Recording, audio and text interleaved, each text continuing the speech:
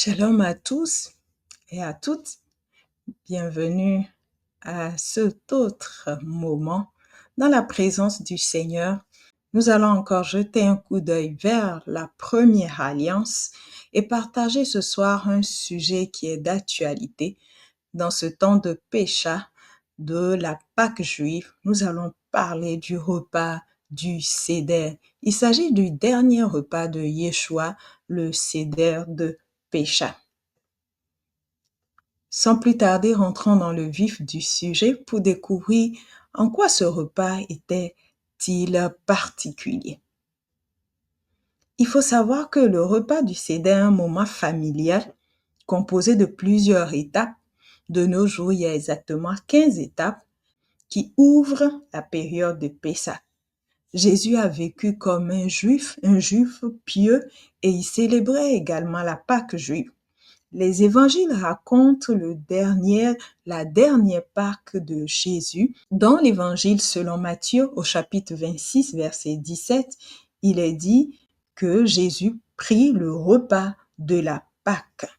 Il faut savoir que ce repas était tellement spécial qu'il nécessitait une préparation, comme nous allons le voir dans les textes que nous allons découvrir.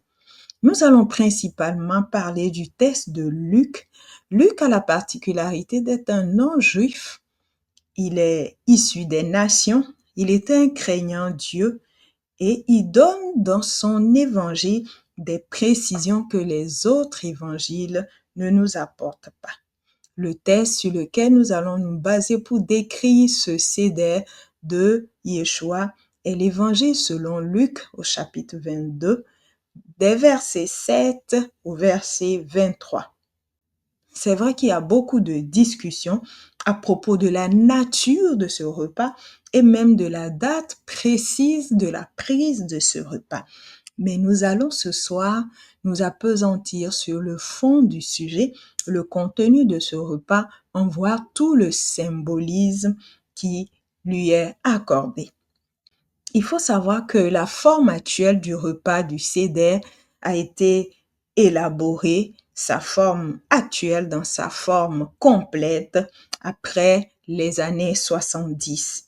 Mais dans le récit de l'Évangile selon Jean, on retrouve déjà certains éléments qui sont les éléments de base, les principaux éléments qu'on retrouve dans le Seder tel que les Juifs le pratiquent actuellement. Ces différents éléments sont d'abord le kiddush. Le kiddush, c'est la bénédiction du vin.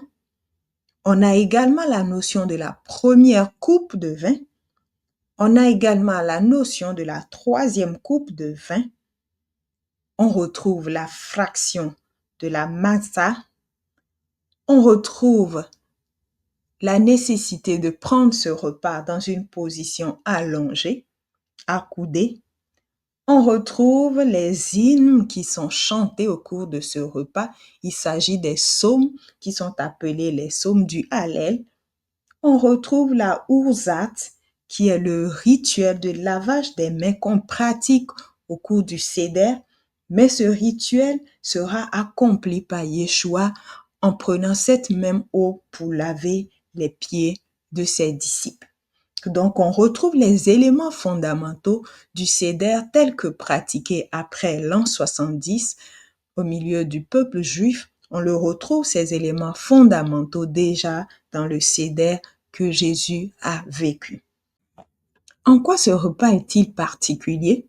Ce repas est particulier, très important pour les croyants que nous sommes dans la Nouvelle Alliance, parce que c'est au cours de ce repas que Jésus va instituer la scène que pratiquent les hommes et les femmes de la Nouvelle Alliance.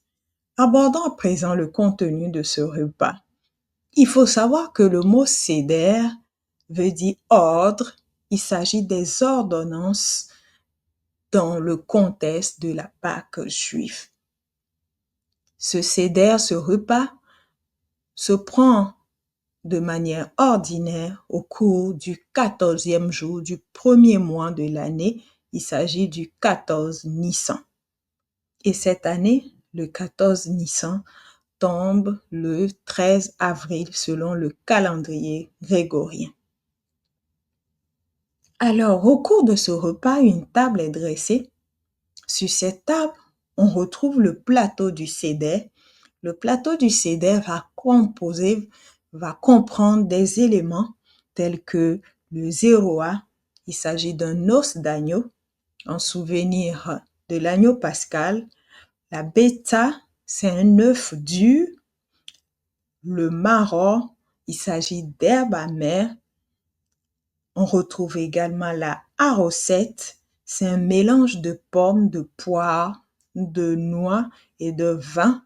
Et enfin, dans le plateau du Seder, on a le karpas qui est le persil. Il s'agit donc d'un plateau de Seder qui est typiquement retrouvé sur les tables lors du repas du Seder juif. Mais au temps de Jésus, on retrouvait déjà l'existence des herbes amères qui sont prises au repas de Pâques selon les instructions qui ont été données dans le livre d'Exode. Sur cette table de Pâques, on retrouve un bol d'eau salée. Ce bol d'eau salée est le symbole des larmes que les Juifs ont versées pendant qu'ils étaient en Égypte. Et enfin, on retrouve l'élément principal ou l'élément que nous connaissons le plus. Il s'agit du pain, de la matzah. On retrouve 3 pains, donc il s'agit de 3 matzot. Et enfin, on retrouve des coupes de vin. En réalité, chaque participant à ce repas a une coupe de vin, mais va boire 4 fois cette coupe. On parle alors de 4 coupes de vin et on mentionnera également une dernière coupe que nous verrons dans les détails. Donc, au cours du repas auquel Jésus a pris part, on retrouve l'agneau, les herbes amères et on retrouve le vin. Nous allons commencer par décrire le symbolisme du vin au cours du repas du Seder. On retient que le vin, il s'agit de 4 coupes de vin plus une autre coupe, la 5e coupe de vin. Ces 4 coupes de vin sont le symbole des promesses que Yahvé a faites au peuple juif.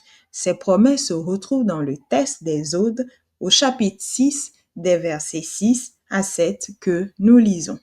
C'est pourquoi dis aux enfants d'Israël, je suis l'Éternel, je vous affranchirai des travaux dont vous chargent les Égyptiens, je vous délivrerai de leur servitude et je vous sauverai à bras étendus et par de grands jugements.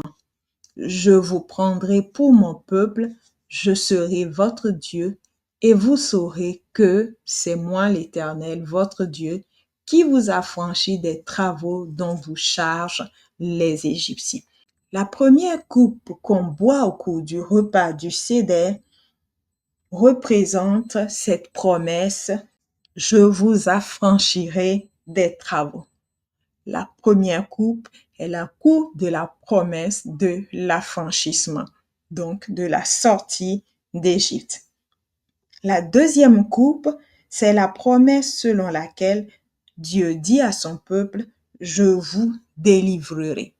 La deuxième coupe est appelée la coupe de délivrance. La troisième coupe de vin est la coupe qui promet « Je vous sauverai ». C'est la coupe du salut. Et enfin, la quatrième coupe, c'est la promesse selon laquelle l'Éternel déclare « Je vous prendrai ». Alors la coupe qui est la troisième coupe est appelée la coupe du salut. Elle est appelée littéralement Kos Yeshua, coupe du salut. Kos Yeshua. Nous reviendrons sur la particularité de cette coupe. À présent, retournons au repas du Seder de Jésus en voyant étape par étape dans le texte de Luc le déroulement de ce repas pascal. Le texte de base est donc celui de l'Évangile selon Luc au chapitre 22, des versets 7 au verset 23. Le jour des pains sans levain, où l'on devait immoler la Pâque, arriva. Et Jésus envoya Pierre et Jean en disant, « Allez nous préparer la Pâque afin que nous la mangions. » Déjà, ce récit commence par l'envoi de Pierre et Jean pour préparer ce repas. Je vous disais tantôt que ce repas est si spécial qu'il doit être préparé. Le repas du Seder se prépare. Il faut s'approvisionner des éléments nécessaires. Il faut installer la table et pour pouvoir célébrer étape par étape selon la loi ce repas du Seder qui est spécial. Jésus envoie Pierre et Jean. Il faut savoir que au milieu de tout ce qui entourait Jésus, il y avait les 12 apôtres, mais il y avait également ces femmes qui accompagnaient Jésus. Quoi de plus normal que d'envoyer une femme préparer un repas? Mais dans ce texte, on constate que Jésus envoie des hommes, en l'occurrence Pierre et Jean, préparer un repas. Pourquoi les hommes? Il faut savoir que selon les recommandations de Dieu dans la loi de Moïse, au cours de la semaine pascale, au cours de la semaine des pains sans levain, il ne doit être retrouvé dans la maison aucun levain ni aucun aliment à base de levain. Donc traditionnellement, on organise juste avant le début de Pessah le ménage de Pessah. Le ménage de Pessah consiste à enlever toute trace de levain, de hametz dans la maison. On fouille, on balaie et cette tâche revient à la maîtresse de maison de fouiller, de balayer, d'enlever tout aliment à base de levain dans la maison. Après cette tâche qu'elle accomplit, le chef de famille, l'homme, va attester par son inspection que sa maison est dépourvue de hametz. Donc, dans cette maison où Jésus va célébrer ce repas du Seder, il est important que, malgré cette maison qui a été préparée par les autres, que ces hommes inspectent et approuvent que la maison est sans trace de hametz. Dans la pure tradition juive aujourd'hui, paraît-il que la femme laisse quelques miettes cachées à un endroit habituel que le mari va ramasser et rapporter à la synagogue comme preuve de ce que il a débarrassé sa maison de toute trace de hametz.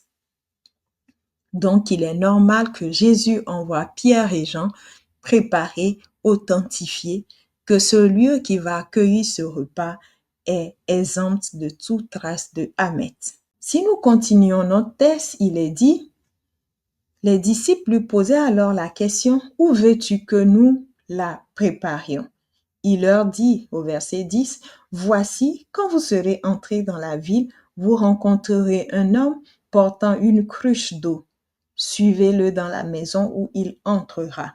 Et vous direz au maître de la maison, le maître te dit, où est le lieu où je mangerai la Pâque avec mes disciples? Et il vous montrera une grande chambre haute, meublée. C'est là que vous préparerez la Pâque. Jésus prédit à ses disciples qu'ils doivent préparer ce repas dans une chambre qui est aménagée, une chambre haute qui est aménagée, en d'autres termes, une chambre haute qui est meublée. La chambre haute est une pièce qui existe sous les toits des maisons juives. Cette pièce s'appelle l'Alia, la montée. Et c'est dans cette pièce que Jésus désire prendre ce repas avec ses disciples. D'habitude, le lieu du Seder est meublé d'une table sans chaise. C'est pas comme on le voit sur les peintures. Jésus a tablé sur une chaise avec ses disciples.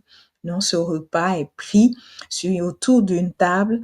Autour de cette table, les convives vont s'allonger, accoudés sur le coude gauche lorsqu'ils vont prendre le vin du repas du Seder. Cette position allongée sur le coude gauche en buvant cette coupe de vin est le symbole de la liberté de celui qui boit cette coupe parce qu'il a été délivré de l'Égypte, sorti de la servitude et il appartient à un peuple libre.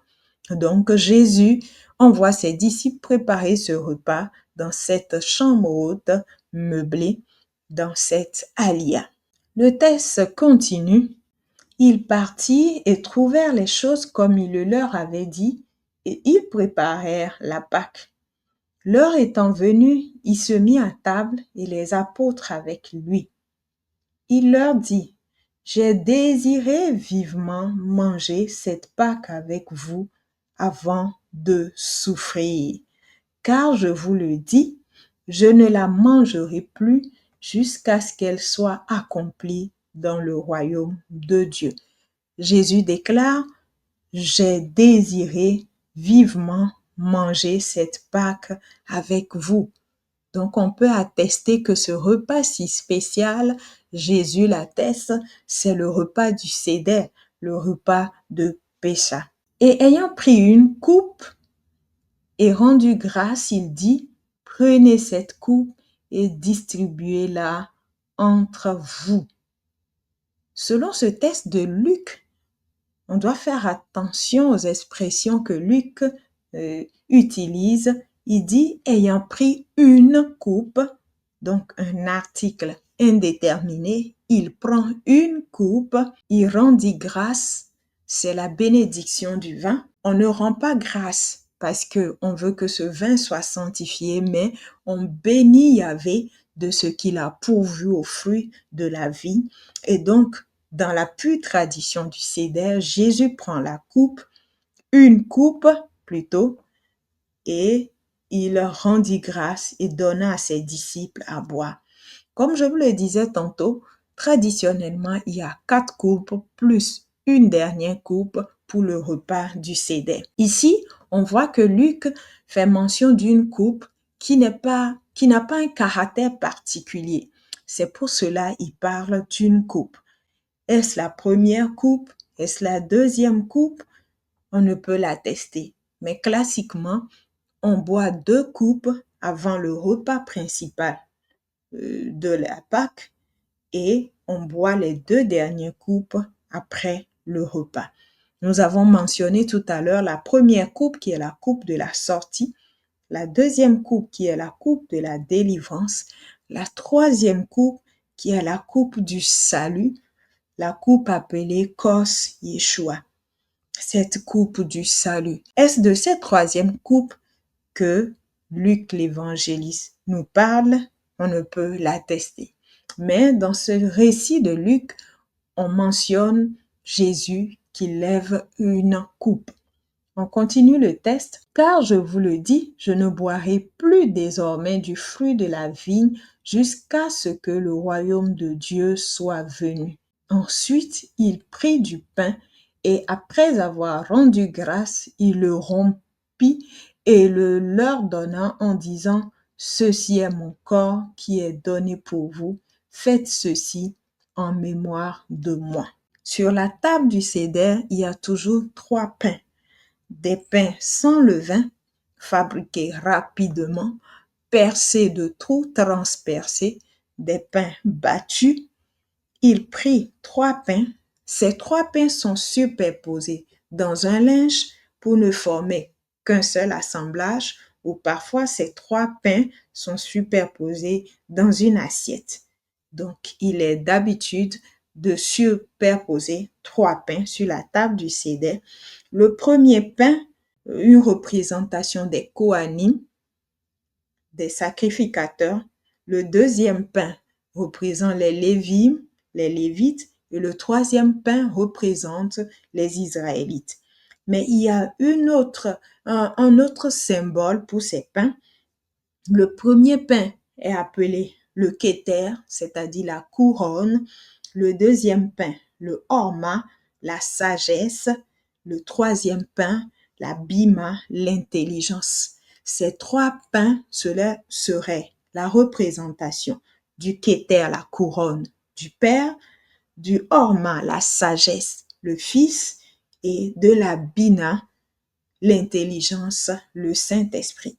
Et au cours du repas du Seder, le maître de la maison prend le pain du milieu, le deuxième pain de ces trois couches superposées, et c'est ce deuxième pain qui servira au Seder.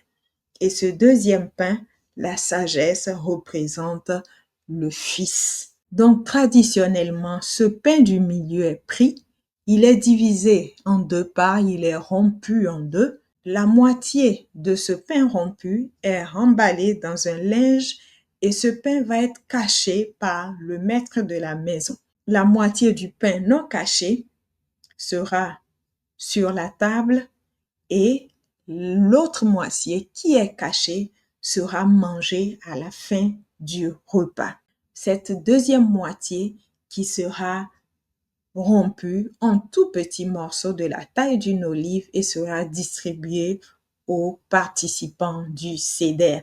Cette moitié qui était cachée tantôt est souvent retrouvée par un enfant dans la maison qui s'en va retrouver cette moitié cachée dans un linge et cette moitié, lorsqu'elle est retrouvée, prend le nom de la fille commune.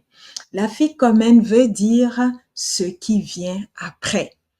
Et c'est tout un symbole du Fils qui vient pour le salut de l'humanité. Et donc, ce pain est distribué, rompu et donné à manger aux convives de ce repas. Lorsque l'enfant qui est parti à la recherche de cette moitié du pain et qui ramène la fille commune vient avec cette moitié, le père de maison traditionnellement va lui dire merci d'avoir retrouvé ce pain. C'est très bien, je te donnerai un cadeau dans 50 jours. Et c'est là que va commencer le compte des jours, ce qu'on appelle le compte de l'Omer. Dès que la fête de la gerbe agitée a lieu, on commence à compter 1 jour, 2 jours, 3 jours, jusqu'au 50e jour qui sera le jour de la Pentecôte. Donc, tout ce repas avec ses étapes est tout un symbole du processus, du plan de salut de Yahvé pour l'humanité.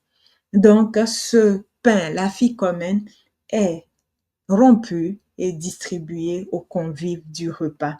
Ici, lorsque Jésus rompt ce pain, il le leur donna en disant, ceci est mon corps qui est donné pour vous, faites ceci en mémoire de moi. En réalité, Jésus venait d'accomplir tous les symboles qui étaient contenus dans ce repas du Seder, célébré année après année jusqu'à la venue du Christ. On pouvait dire à ce verset, tout est accompli. Au verset 20, une autre particularité du texte de Luc, il prit de même la coupe. Ici, ce n'est plus une coupe, mais Luc décrit cette coupe en appelant la coupe. Il prit la coupe après le souper, donc il s'agit d'une des coupes prises après le souper, et la leur donnant en disant, cette coupe est la nouvelle alliance en mon nom. D'autres interprètes croient que cette coupe serait la dernière coupe, c'est-à-dire la 5e coupe. En réalité, cette 5e coupe, dans la tradition juive, n'est pas bue par les convives du repas. Cette dernière coupe est appelée la coupe d'Élie, en d'autres termes, la coupe d'Eliaou Hanavi, Élie le prophète. Cette coupe fait référence à une promesse de l'Éternel contenue dans le livre de Malachie au chapitre 3, verset 23 que nous allons lire. Dans certaines versions, c'est le texte de Malachie, chapitre 4, verset 5. On va lire à partir du verset 4. Donc Malachie, chapitre 4, verset 4 au verset 6, nous lisons « Souvenez-vous de la loi de Moïse, mon serviteur, auquel j'ai prescrit en Horeb pour tout Israël des préceptes et des ordonnances. Voici, je vous enverrai Élie le prophète avant que le jour de l'Éternel arrive, ce jour grand et redoutable. Il ramènera le cœur des pères à leurs enfants et le cœur des enfants à leurs pères, de peur que je ne vienne frapper le pays d'interdit. Il y a une promesse de l'Éternel pour Israël. Voici, je vous enverrai Élie le prophète avant que le jour de l'Éternel arrive. En expectative de la venue du Messie, Israël attendait un personnage qui viendrait juste avant le Messie, c'est Élie le prophète. Et Jésus dans le texte de Matthieu chapitre 11, versets 13 à 14 va dire « Car tous les prophètes et la loi ont prophétisé jusqu'à Jean. Et si vous voulez le comprendre, c'est lui qui est l'Élie qui devait venir. Que celui qui a des oreilles pour entendre, entende. » Jésus affirme que cette promesse de Malachie, Élie le prophète qui devait venir avant le jour du Seigneur, c'est Jean-Baptiste, celui qui est venu ouvrir la voie au Messie. Cette cinquième coupe symbolisait l'attente d'Élie le prophète. Cette cinquième coupe n'est pas bue lorsqu'elle est levée traditionnellement. La porte de la maison est ouverte, un enfant va voir à la porte, il revient dire au père, je ne l'ai pas vu. C'est-à-dire, Élie qu'on attendait pour boire cette cinquième coupe n'est pas là et on repart à la fin de ce repas du Seder en disant à la Pâque prochaine. Et ici, Jésus va comme utiliser cette dernière coupe, la coupe, c'est-à-dire la coupe d'Eliaou Hanavi, pour attester que cette promesse est accomplie. Élie est venu et le jour de l'Éternel est arrivé.